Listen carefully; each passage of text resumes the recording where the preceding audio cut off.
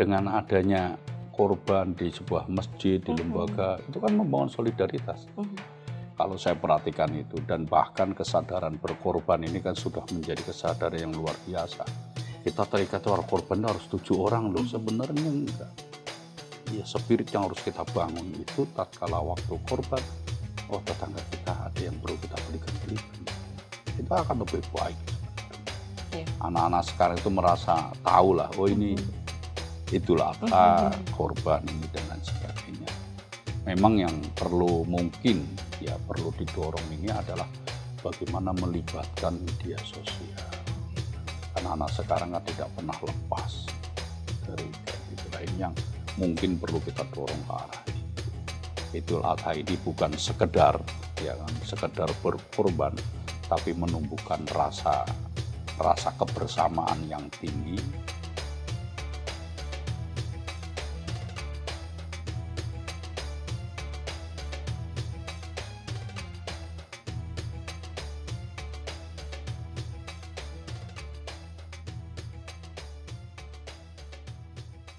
Hai Sobat Expos Indonesia, berjumpa kembali dengan saya Senja Kurnia dalam podcast bersama dengan Kementerian Agama Provinsi Jawa Tengah. Dan dalam episode kali ini kita akan bahas satu tema karena ini juga sudah menjelang Hari Raya Idul Adha Sobat Expos. Kita akan membahas seputar makna Idul Adha di era modern nih. Seputar spirit berkurban, kemudian juga solidaritas dan juga kepedulian sosial. Kalau kita membahas seputar Idul Adha, tidak hanya makna pemotongan hewan kurban saja, tetapi bagaimana makna dari solidaritas, kemudian juga kepedulian kepada sesama untuk nanti juga ketika pembagian hewan kurban ini tepat sasaran begitu, dan juga banyak hal yang bisa kita ulas dan bahas lebih dalam episode kali ini. Di antaranya adalah seputar isu kesehatan hewan kurban seperti apa, kemudian juga bagaimana mengikutsertakan generasi muda begitu dalam proses distribusinya. Kita akan bahas lengkap dengan Kepala Kantor Wilayah Kementerian Agama Provinsi Jawa Tengah yang sudah hadir di Studio Expos Indonesia kali ini dengan Bapak Haji Dr. Haji Saiful Mujad MA. Assalamualaikum warahmatullahi wabarakatuh. Warahmatullahi wabarakatuh. Sehat Bapak? Alhamdulillah sehat. Selalu menjawab sehat dengan segala kesibukannya. Harus sehat. Betul, dan kita beruntung nih Sobat Expos karena kalau biasanya kan stay di Semarang nih Bapak ya. Tapi kali ini karena kebetulan juga Studio Expos ini dekat dengan embarkasi haji, jadi bolak-balik. Sementara kantornya di Solo gitu ya Pak? Insya Allah. Okay. Ngawal haji. Ngawal haji, betul sekali. Oke, ini membahas seputar Idul Adha, maknanya begitu mendalam begitu ya Pak ya. Bagaimana kalau kita flashback begitu ketika itu Nabi Ibrahim ya dengan putranya Nabi Ismail gitu. Ini Kemenak Jateng menjelaskan makna Idul Adha sendiri seperti apa sih Pak Saiful? Ya, karena Idul Adha ini kan kembali ke kurban. Artinya bahwa Lebaran Idul Adha kita diperintahkan untuk berkurban. Nah, korban ini sebagai simbol kepedulian gitu. Kepedulian sosial, ya membangun solidaritas, ya membangun kepekaan dan lain sebagainya. Jadi bagaimana kita mendorong agar Idul Adha itu betul-betul umat Islam itu merasa memiliki keterkaitan itu. Di samping ya sejarah Idul Adha sendiri kan memang ya dicontohkan oleh Nabi Ibrahim dengan Ismail. Spiritnya itu adalah spirit korban dan menumbuhkan solidaritas sosial. Di samping tentunya mengantarkan kita semua kepada ketakwaan pada Allah Subhanahu wa Ta'ala. Baik, dan ini kalau pesan dari Kemenak Jateng begitu untuk masyarakat Jawa Tengah dalam makna Idul Adha sendiri seperti apa sih Pak Saiful? Ya, semoga dengan adanya Idul Adha ini masyarakat Islam khususnya akan menyadari bahwa Idul Adha hadir, ya ini sebagai spirit ibadah. Terus satu sisi ada spirit korban, dan satu sisi yang lain sebenarnya ada masyarakat kita yang saat ini sedang berhaji, ya berhaji ke Baitullah. Ya, jadi nuansa Idul Adha itu ada nuansa yang langsung, ya langsung dengan titik temunya di Arab. satu sisi adalah kepada kehidupan masyarakat. Jadi haji ini kan satu ibadah yang terikat oleh ruang dan waktu. Ruangannya adanya di Arab, gitu kan. Tidak, karena wukuf itu kan di Arab, di Arafah. Nah, satu sisi yang lain kita membangun Idul Adha ini memaknai dengan kembali ke kurban untuk masyarakat yang di sekitar. Dan semoga masyarakat Jawa Tengah dengan adanya Idul Adha ini menjadi terpanggil untuk solidaritas yang tinggi dan membangun kebersamaan.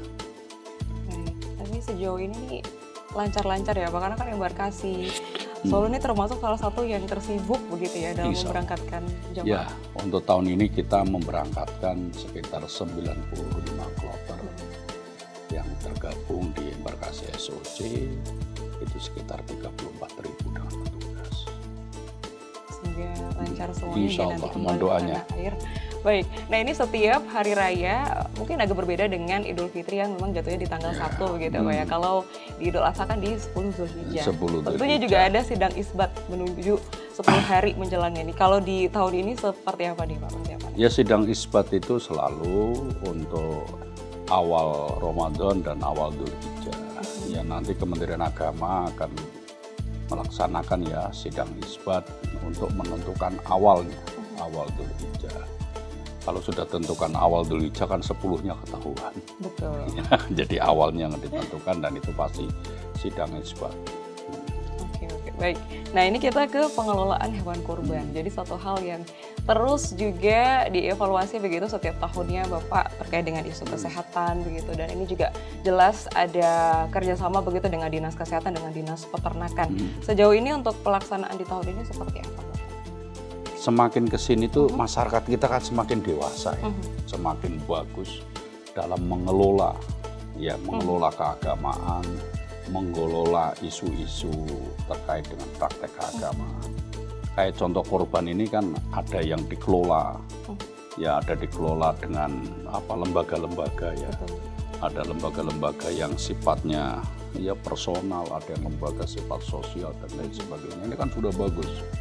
Kalau saya perhatikan itu, dan bahkan kesadaran berkorban ini kan sudah menjadi kesadaran yang luar biasa. Karena tiap tahun itu dinamika pemotongan hewan korban di Indonesia khususnya masyarakat Jawa Tengah semakin berkembang. Nah, kita Kementerian Agama ya di dalam hal ya kan terkait dengan masalah korban ini kita selalu memberikan edukasi. Edukasi pertama itu adalah bagaimana hewan yang bisa untuk korban. Kan ada beberapa persyaratan ya, tidak semua. Kalau semua hewan nanti khawatir lele juga buat korban. Waduh. Tapi bagaimana syaratnya, kan ada syarat-syarat rukun yang sudah pupa dan lain sebagainya.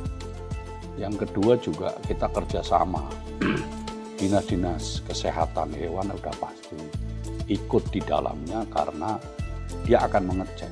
Ya, dia kerjasama dengan pemotongan hewan ya agar yang dikorbankan itu yang untuk korban hewannya betul-betul memenuhi syarat dan juga sehat. Nah, yang ketiga kita juga kerjasama dengan penyembelihan halal. Iya, kita selalu memberikan edukasi masyarakat ada pelatihan-latihan menyembelih halal karena pemotongan ini kan juga harus memenuhi persyaratan. Jadi 3 hal itu, pertama dari sisi hewannya, yang kedua dari sisi kesehatannya, yang kedua dari sisi operasional motongnya. Ini juga harus halal.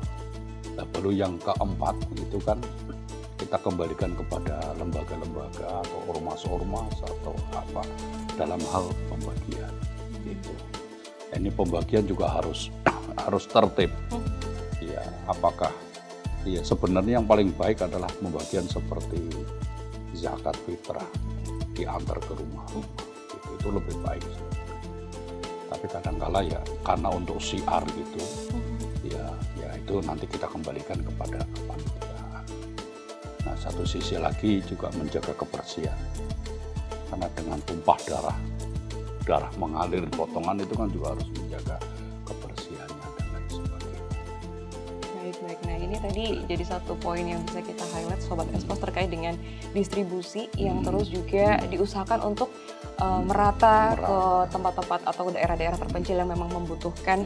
Sejauh ini dari Kemenak Jateng sendiri seperti apa nih Pak? Ya, kita kerjasama dengan para penyuluh, karena untuk memberikan edukasi seperti itu. Tapi juga kita kembalikan kepada lembaga pengurus masjid dan bagaimana cara menata dengan baik. Dan saya berkeyakinan mereka sudah punya database ya. Ya korban berapa ini, terus siapa sudah. Dan selama ini saya lihat ya tertib, nggak ada persoalan. Nah ini kalau kita bergeser ke kurban di era modern sekarang, itu kan kalau yang konvensional mungkin kita bisa ke lembaga ataupun juga biasanya di masing-masing lingkungan tuh punya gitu ya, kayak masing RT atau RW misalkan sapi sudah memenuhi 7 orang atau belum dan lain sebagainya. Nah sekarang ini juga muncul kurban digital gitu. Jadi kita bisa mentransfer ya harga sesuai dengan harga hewan yang kita pilih gitu, kemudian nanti akan ditentukan dari si penyelenggara untuk mendistribusikannya begitu. Dan bahkan juga ada beberapa yang sampai di luar Indonesia gitu. Oh di daerah ini membutuhkan begitu. Ini kalau tanggapan dari Pak Kanwil seperti apa sih Pak? Saya pikir ini hal yang sangat positif ya di era global. Karena era global ini kan ciri khasnya adalah kemudahan akses. Nah saya pikir akses ini bisa dimanfaatkan untuk siar agama. Nah saat ini adalah siar yang paling tepat adalah kurban. Bisa aja, yang penting kita tahu lembaganya. Ya kita bisa, ini mau berkorban nih, mau ada satu lembaga yang akan menyalurkan ke daerah mana, gitu kan? Bisa aja, nggak ada masalah. Yang penting kita yakin, gitu kan? Niatnya di situ, kan gitu. Nggak ada persoalan sebenarnya hal-hal yang terkait itu. Bahkan gini, ada lembaga-lembaga tertentu itu yang bagus mengelola hewan kurban. Itu begitu hewan korban mau dipotong itu dikumpulkan, ya setelah itu nanti dibuat menjadi kaleng-kaleng itu. Sudah dalam bentuk olahan kaleng, gitu ya olahan Pak, kaleng. Dan ini bisa distribusi kemana-mana. Itu kan lebih bagus, nggak ada masalah. Yang penting intinya kalau menurut saya, kalau ada lembaga atau yayasan atau apapun yang akan mengelola korban, satu ya amanah. Betul-betul untuk dilaksanakan dengan baik. Terus yang kedua tepat sasaran, ya kan, sasarannya tepat di mana yang akan itu. Terus yang kedua juga diekspos yang baik, gitu. Ini yang mungkin perlu dikawal bersama-sama. Dan saya yakin di era kemudahan akses semua akan mengawal itu. Karena kan sekarang cepat informasi dan lain sebagainya. Ini juga jadi satu inovasi terbaru begitu, karena mungkin dirasa juga lebih praktis gitu ya Pak ya, dengan kemasan-kemasan tadi ada yang sudah diolah menjadi rendang yang siap makan gitu ya. Dan olah itu bisa dibagi malah enak, tidak habis saat itu. Dia bisa disimpan dan bisa 2 tahun itu disimpan.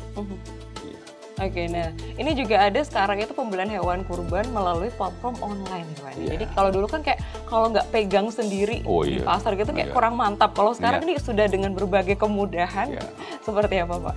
Ya tadi saya sampaikan bahwa karena di era itu kemudahan akses ya, sekarang jual hewan kurban itu sudah macam-macam lah.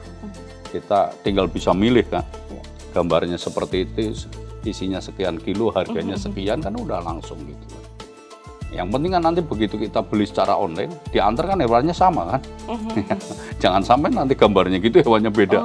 Iya kan itu kan hanya pemasarannya, pemasaran yang sistem online. Tapi tatkala kita memilih, kan di situ sudah jelas. Yang mana sapi Bali, berat 350 kilo, harga 21 juta, kan udah beratnya itu kan. Nah nanti tatkala didatangkan ya sapinya ya seperti itu. Nah ini kan hanya untuk kemudahan pemasaran, kan bisa, dan kita bisa pembanding dan lain sebagainya.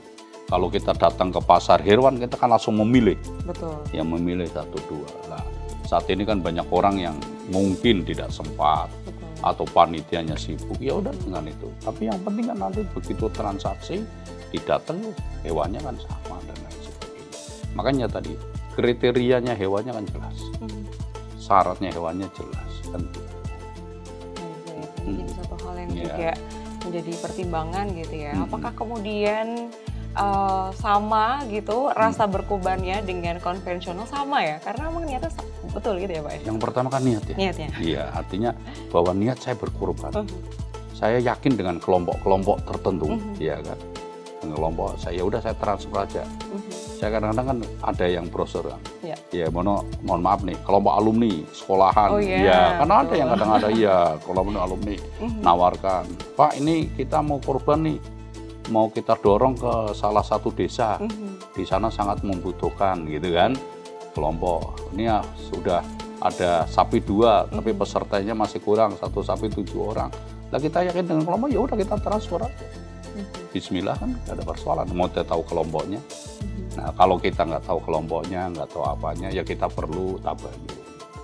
Ya artinya tabayun bener nggak ini wanita ini dan lain sebagainya. Ya tapi kalau ternyata ada yang lebih dekat di masjid, masyarakat, ya kita lebih baik yang dekat gitu. Iya, kita kan memberi lebih baik yang dekat. Yang terdekat. Iya, mungkin kita tinggal di situ kok malah memberi yang jauh. Kan itu persoalannya kan itu. Iya. Oke, jadi ini mungkin bisa kalau dari niatnya sih selama itu berniat baik jelas ya Pak ya, apalagi ini dalam konteks ibadah begitu Sobat Espos. Jadi bisa dipilih mana yang kiranya tuh lebih nyaman untuk Sobat Espos, tapi yang jelas yang penting ini berkurban gitu ya Pak ya. Jangan sampai nggak korban. Jangan sampai nggak korban ya.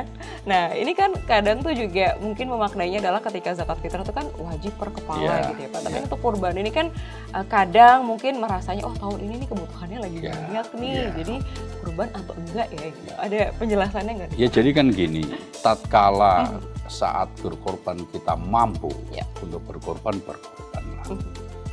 Ya artinya saat itu punya kelonggaran rezeki, kelebihan ya silahkan berkorban. Tapi kalau tidak ya nggak usah, karena korban ini kan sunnah, ya sunnah muakkadah, tidak wajib. Ya. Nah maka ya tatkala kita ada kelebihan saat itu ya silahkan. Ya kalau nggak ada kelebihan kekurangan, ya dapat bagian korban. Kan gitu ya.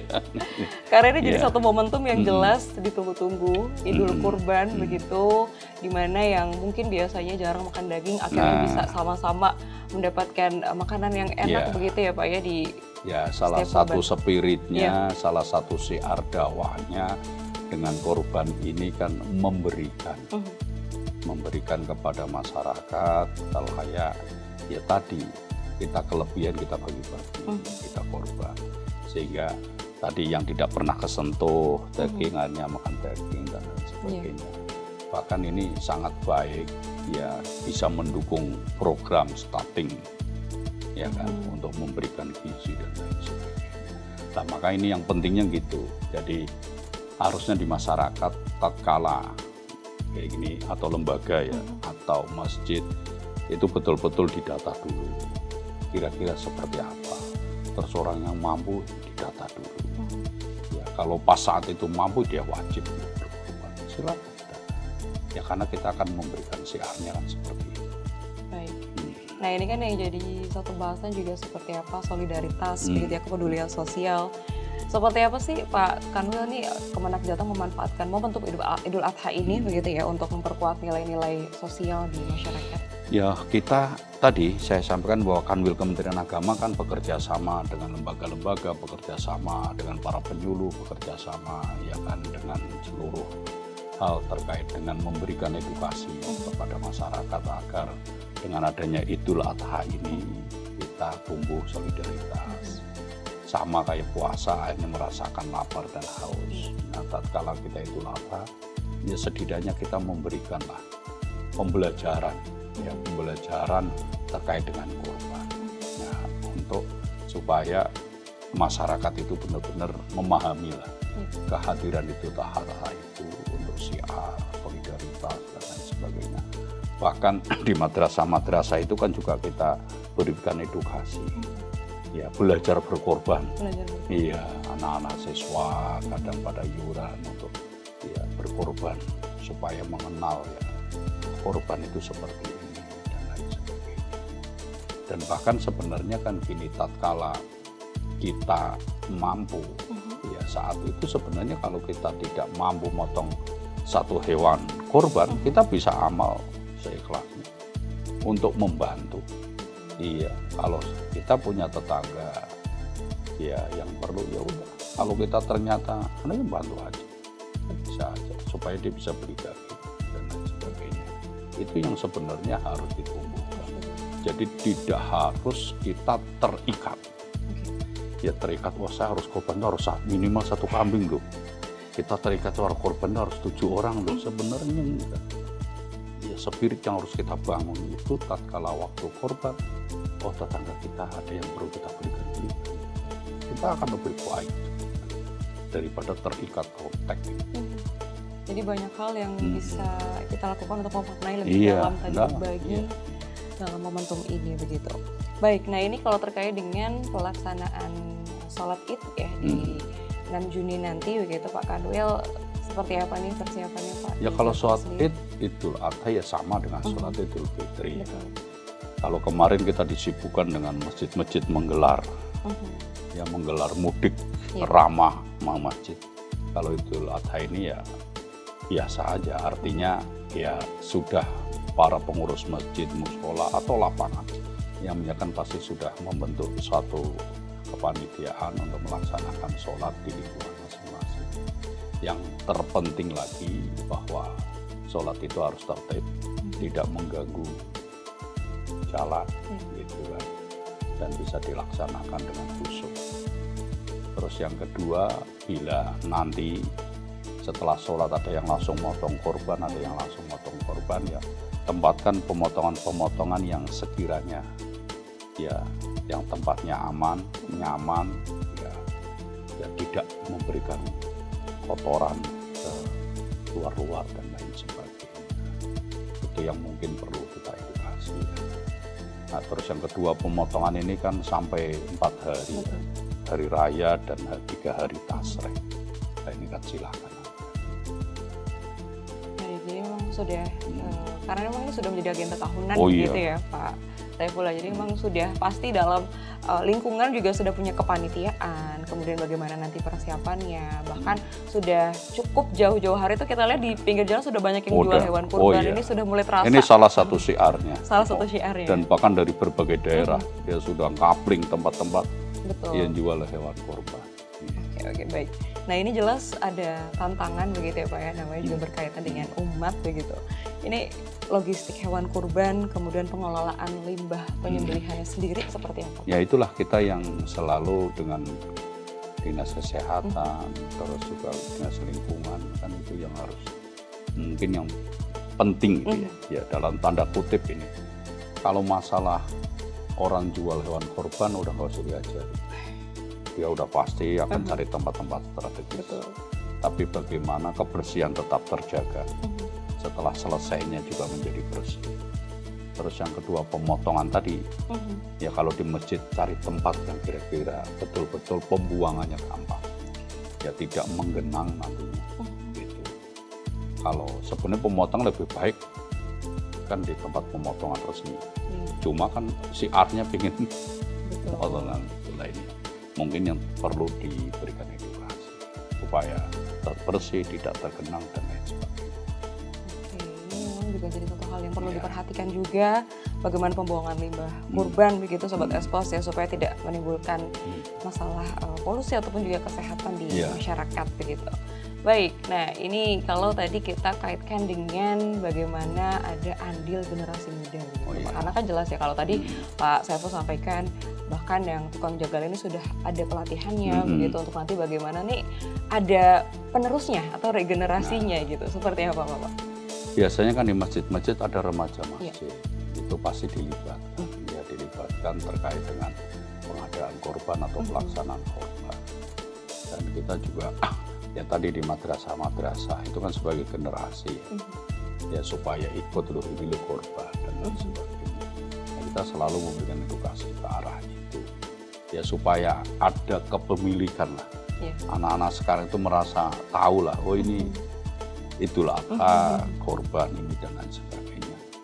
Memang yang perlu mungkin ya perlu didorong ini adalah bagaimana melibatkan media sosial, konten-konten media sosial, terus ruang-ruang media sosial terkait makna korban lah, terus bagaimana caranya kepada anak-anak sekarang kan tidak pernah lepas dari lain yang mungkin perlu kita dorong ke arah itu.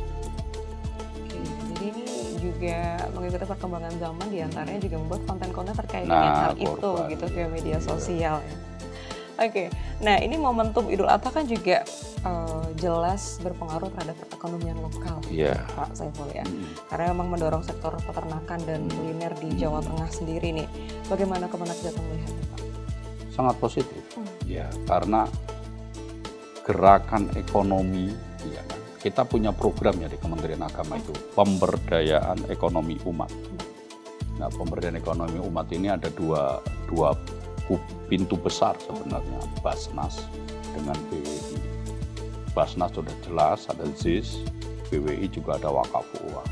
Nah, satu sisi yang lain terkait dengan pemberdayaan ekonomi umat ini, nah tadi dengan ada kegiatan kayak korban ini sebenarnya lembaga-lembaga ZIS atau lembaga-lembaga itu sebenarnya bisa dari Jawa Timur mengelola, ya, mengelola terkait penyiapan, mungkin penyiapan hewan korban, penyiapan yang lain. Nah, tatkala pas waktu korban ini kan bisa untuk apa ya, dijual dan lain sebagainya, kan menjadi suatu produk. Nah, satu sisi yang lain, ya dengan adanya korban tadi ya saya sampaikan, sebenarnya nuansanya adalah nuansa ya membangun solidaritas. Sebenarnya bisa dengan adanya ini adalah iya ada yang satu daerah yang ada arisan korban. Ada ya, Pak? Ada arisan korban. Oke. Iya, jadi orang itu sudah merasa ya iuran korban itu. Jadi nanti dipotong ya dibagi-bagi. Yang penting ada siarnya aja. Iya, itu bisa satu daerah himpunan ada 40 gitu, ada iuran, beli satu sapi, potong rame-rame. Itu kan sebenarnya membangun spirit yang bagus. Jadi banyaklah masyarakat kita yang punya trik-trik tertentu untuk merasakan siar dan membangun solidaritas. Banyak kalau kita pilih. Ini kalau ngomongin kreatif ya. Oh, kreatif. Paling kreatif Indonesia. Ya. Baik, kemudian ada nggak sih Pak kayak cerita satu contoh begitu bagaimana momentum Idul Adha ini bisa memperkuat solidaritas gitu di Jawa Tengah? Ya tadi saya katakan bahwa dengan adanya korban di sebuah masjid, di lembaga, itu kan membangun solidaritas. Karena yang pertama dia akan mendata jamaah-jamaah atau masyarakat yang perlu dibantu. Ya, akhirnya kan akan terdeteksi. Ya kan? Yang kedua, mau tidak mau, ya akan terjaring satu komunitas untuk kepanitiaan. Itu dari berbagai unsur. Yang ketiga, akan tumbuh di situ kesadaran terkait dengan korban. Pasti orang-orang yang merasa punya, terlibat dalam kepanitiaan akan merasa terpanggil. Oh, saya punya duit untuk korban, dan lain sebagainya. Ini kan sebuah gerakan yang sangat positif, yang ditumbuhkan dari spirit agama. Kan? Nah ini saya pikir di mana-mana akan tumbuh seperti itu. Di lembaga pendidikan juga sama, ya kan. Wah, hewan korban, wah kita harus motong nih, gimana kita harus iuran nih, kan tumbuh rasa solidaritas. Di komunitas alumni seperti itu, komunitas media sosial juga seperti itu. Nah ini kan sebuah gerakan. Nah tinggal mungkin ya yang perlu kita yang perlu kita sosialisasikan agar gerakan-gerakan itu menjadi gerakan-gerakan yang murni. Ya, gerakan yang murni yang berbasis kemasyarakatan untuk spirit keagamaan ke depan. Jadi bukan sekedar ada Idul Adha aja, tapi bergerak untuk kemudian gerakan dan menumbuhkan kesadaran. Nah, di balik itu adalah kesadaran untuk beriman, kesadaran bertakwa. Jadi kalau seandainya korban ini mendekatkan masyarakat ke masjid, bukan sekedar waktu korban, tapi di balik itu masyarakat menjadi cinta ke masjid. Itu yang harus kita bangun. Maka manajemen jamaah di masjid ini menjadi satu tantangan bagi kita semua.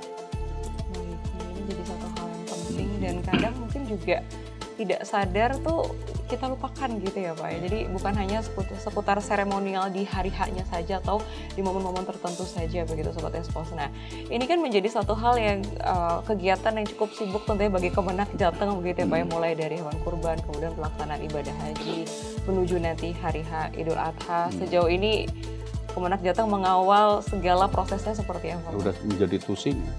Ya menjadi tusi ya kita kawal dengan baik, terus kita sosialisasikan dengan baik dan seterusnya. Baik.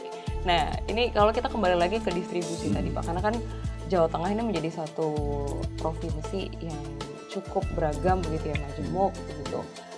Sejauh ini laporan dari distribusi sendiri apakah memang sudah semerata itu sampai ke daerah-daerah terpencil? Kita sebenarnya gini, dalam hal pelaksanaan hewan korban di masing-masing lembaga kita sifatnya hanya memantau. Ya memantau dan melihat. Ya. Jadi selama ini ya masjid-masjid ya tidak bikin laporan. Tidak perlu laporan, kita melihat. Tapi saya lihat selama ini kan bisa berjalan dengan baik, kondusif. Artinya tadi di masing-masing lembaga atau masing-masing organisasi dia sudah punya umatnya yang harus diurus. Ya udah itu nggak ada persoalan. Ya kecuali nanti ada hal-hal ya yang kira-kira persoalan yang muncul atau itu. Tapi selama ini kayaknya udah aman-aman aja karena mereka ya sudah menjadi karakter ya masyarakat mana dan mana kan sudah. Dan kita hanya menerima itu aja, tidak menerima laporan harus laporan enggak. Kita hanya mengawasi, memantau dan lain sebagainya, mensosialisasi. Karena memang ini juga sudah menjadi yang selalu dilakukan setiap tahun. Nah ini kan juga bekerja sama dengan Lazis ya Pak ya, dari Kemenak Jateng sendiri dalam penyelenggaraan kurban sendiri sejauh ini aman ya Pak? Aman, Basnas juga pasti akan memberikan distribusi, dia akan memotong berapa hewan akan distribusi ke lembaga-lembaga yang lain dan lain sebagainya. Jadi satu hal yang menarik begitu dan banyak yang sudah menantikan semangat berkurban di masyarakat nih. Kalau sekarang kan tadi ya kalau kita bahas seputar bagaimana anak-anak muda yang sekarang juga sudah punya penghasilan gitu. Kalau mungkin dulu nunggu barengan orang tuanya gitu ya Pak. Kalau sekarang anak-anak muda bahkan yang merasa sudah berpenghasilan itu sudah mengeluarkan uang untuk berkurban di tahun ini. Ya makanya kalau teredukasi dari kecil gitu kan. Dan merasa tadi begitu tatkala masuk ke waktu korban, tatkala dia punya kelonggaran ya berkorban. Dan kalau sudah biasa berkorban, dia pasti akan merasa.